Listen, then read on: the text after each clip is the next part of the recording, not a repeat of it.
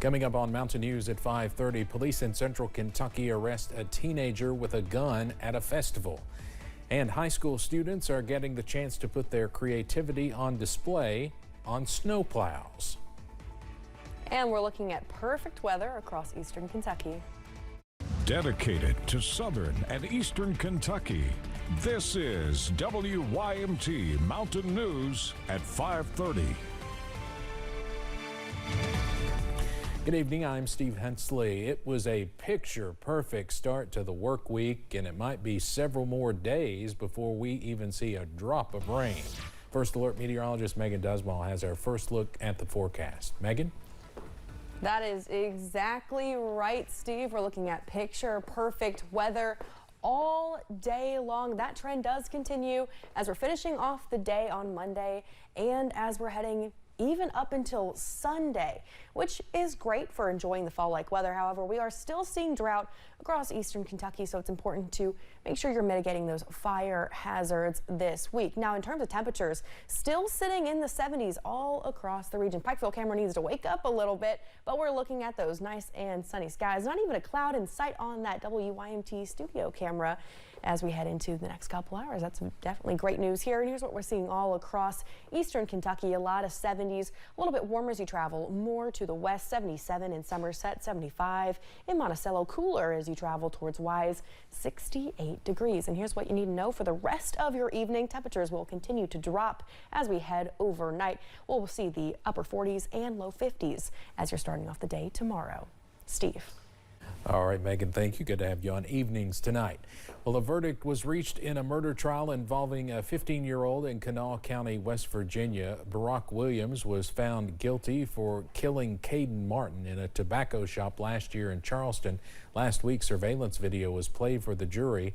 The video, which was taken at the tobacco shop, showed two people suspected to be Williams and another teen going into the store before reportedly killing Martin.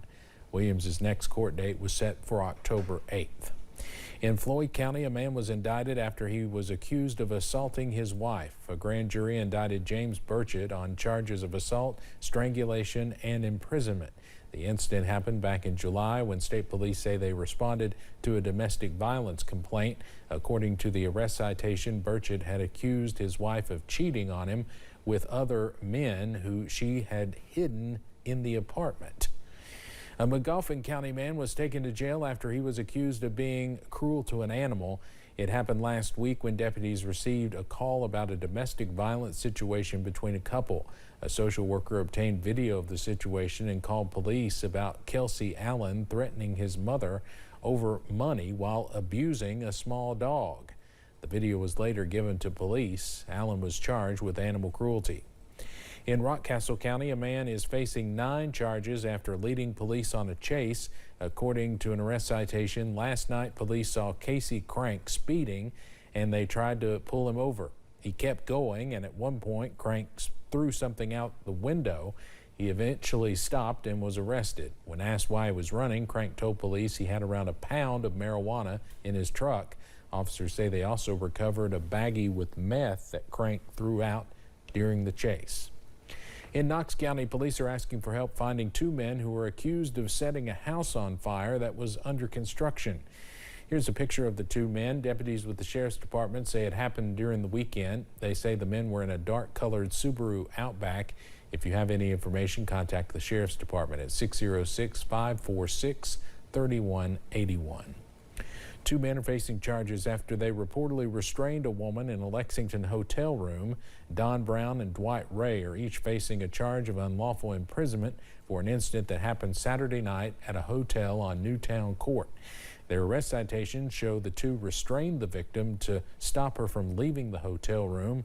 Investigators say the victim was forced to drink a dark liquid that smelled like chemicals. A Kentucky education advocacy group is calling on lawmakers to invest hundreds of millions of dollars in public education. Protect Our Schools Kentucky is urging lawmakers to direct $718 million toward public schools during the 2026 General Assembly budget session. The group is a statewide coalition made up of educators, administrators, parents, and students. They say the proposal could have a huge impact for students in the Commonwealth. A child's future shouldn't depend on the tax base of their county or the wealth of their neighborhood. Every Kentucky student deserves the same shot at success, no matter where they live.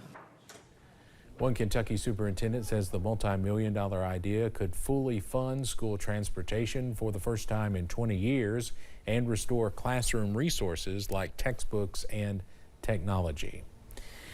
The Best of the Bluegrass Festival brought hundreds of people to downtown Georgetown and Scott County during the weekend.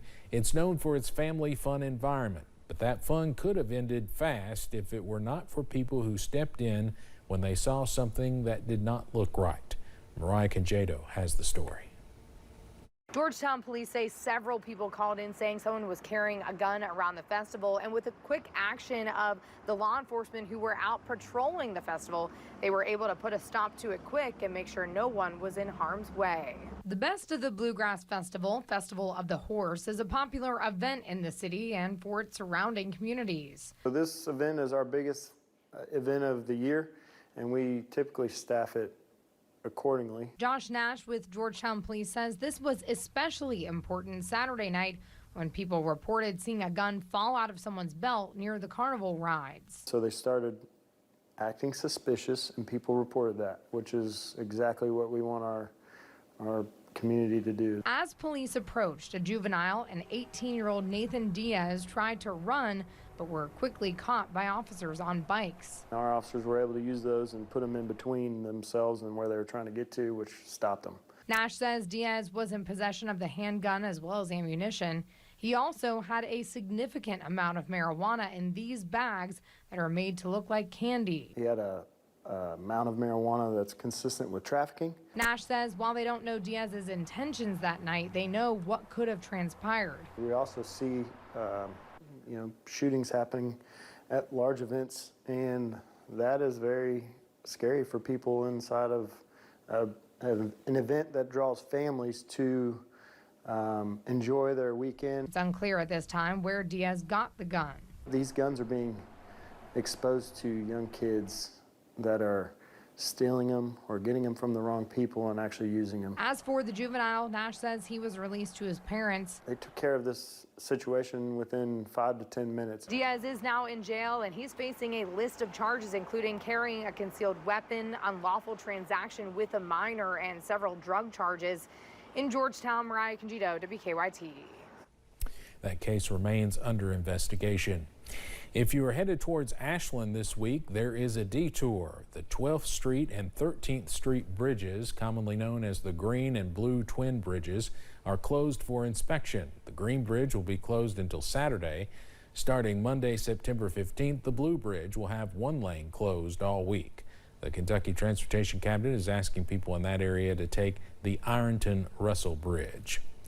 Kentucky high school students are getting the chance to put their creativity on display on snow plows. The Kentucky Transportation Cabinet's third annual Paint the Plow program is now accepting applications. Students are invited to submit designs that incorporate winter safety messages and show off school spirit. The deadline to apply is September 12th, this Thursday, with designs due September 26th.